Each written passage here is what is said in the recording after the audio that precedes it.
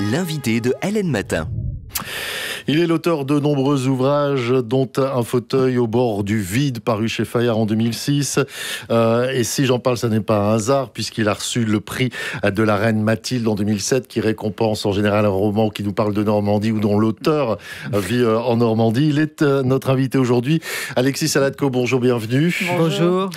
Vous publiez aux éditions de Noël L'enfant à la tête baissée. Alors, le pitch en quelques mots, ce livre parle d'un mal étrange, c'est la depnophobie, on va y revenir dans un petit instant. Ceci étant, il ravage la vie d'un enfant, d'un adolescent. Pas seulement, on apprendra plus tard que ça n'est pas son seul problème, mais en tout cas, ça va bien lui prendre la vie. Alors, la depnophobie, c'est quoi exactement? C'était la première fois que j'entendais le terme et je le disais. Également, j'avoue.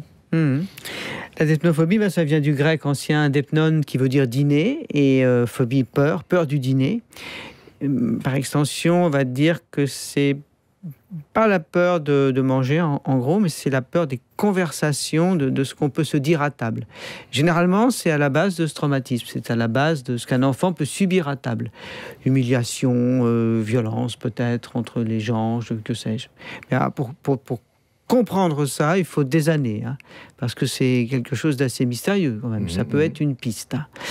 C'est un trouble social, ce n'est pas un trouble alimentaire. Exactement. Oui. Mais c'est un trouble social qui a pour conséquence un blocage alimentaire très grave, puisque le cerveau envoie au corps ce message épouvantable, plutôt mourir que se nourrir. Un enfant qui est atteint de cela, il a très peu de chances de survivre.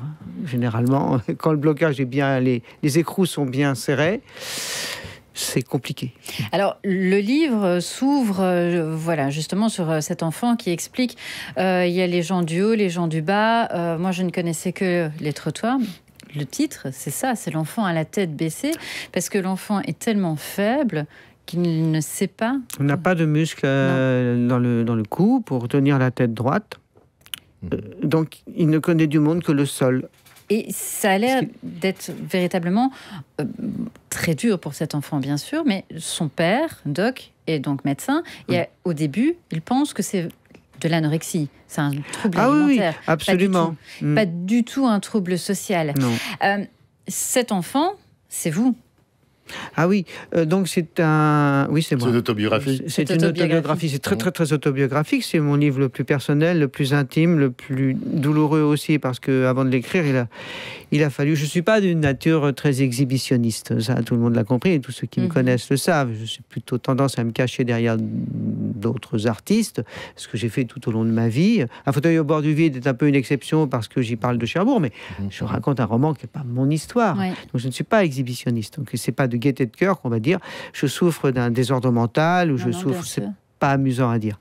Et je l'ai fait parce que ça s'est un petit peu imposé à moi à la mort de prof, donc à la mort de ma mère.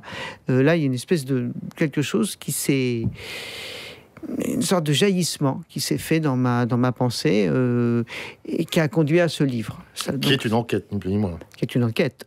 Qui est une enquête, parce que finalement, ce mal étrange, ce mal mystérieux se transmet, apparemment, de génération en génération. C'est transgénérationnel. Et l'enquête nous permet de remonter dans l'histoire de ma famille, au moins de 2 générations, pour essayer de comprendre ce qui est arrivé aux uns et aux autres, pour... arriver à cet enfant. Au fur et à mesure du livre, on sent justement que la relation avec votre mère évolue, etc. Tout évolue. Aujourd'hui, qu'est-ce que, avec le recul que vous pouvez en avoir, qu'est-ce que vous en ressortez de cette maladie, justement, qui est très peu connue? Alors, cette maladie, oui.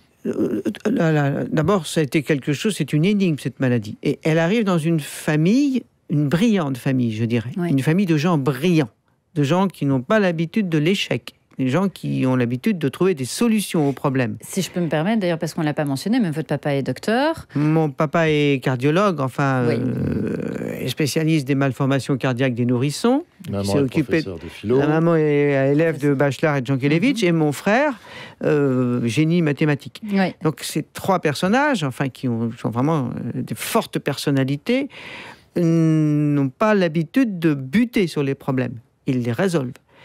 Et quand j'arrive avec cette maladie, ce problème complètement fou, ils sont en échec, d'une certaine façon. Donc là, c'est quand même un aspect du problème important. Donc, mais chacun va essayer chacun avec à sa façon, avec sa méthode, de ramener cet enfant à la tête baissée devant son assiette. Voilà, c'est ça l'idée. Alors, c'est tragicomique, c'est pas quelque chose de, comment dirais-je, de malaisant. C'est pas quelque chose de... C'est plutôt drôle. Enfin, la situation, le dépnophobe est souvent dans des situations très douloureuses pour lui, mais gaguesques pour les autres. Parce que, bon, il y a certaines situations dans le livre, elles sont bien décrites. Et effectivement, ça conduit à cette enquête. Et ce qu'il y a de tragicomique, drôle, c'est que c'est peut-être la personne qui est chargé de le guérir, de le soigner, à savoir Doc, à savoir son père, qui lui a peut-être inoculé cette maladie. Et ça, on rentre dans quelque chose d'assez complexe. Oui. Oui, une toute dernière question, parce que le temps qui nous était imparti, malheureusement, est écoulé, ça va vite. Pourquoi avoir choisi de l'écrire aujourd'hui, ce livre? Il était temps ou c'était le pas de plus? Je pense que la société a évolué. Je pense qu'on est plusieurs en cette rentrée littéraire à parler de nos familles, de nos...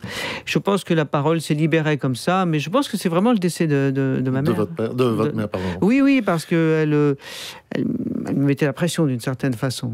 Mais je lui dois quand même d'être écrivain. Ça s'appelle L'enfant à la tête baissée. Merci beaucoup d'avoir été notre invité. C'est moi, je vous remercie beaucoup. Merci. Retrouvez tous les podcasts et interviews sur lnradio.be.